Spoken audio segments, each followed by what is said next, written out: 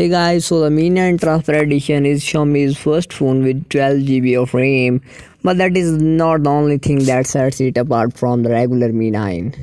Just like the standard Mi 9, it also has a 6.3-inch AMOLED display with a water drop notch. The display is covered with Gorilla Glass 6. There is a Snapdragon 855 processor paired with the 12 GB of RAM and 256 GB of storage.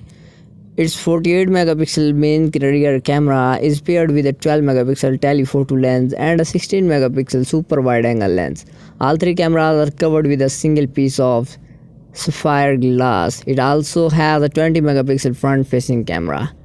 While the standard variant of the Mi 9 has already had its first sale, tomorrow is the first time the Mi 9 Transparent Edition will be available for purchase. According to Xiaomi, it will go on sale at 10 a.m. for 3,999 yuan.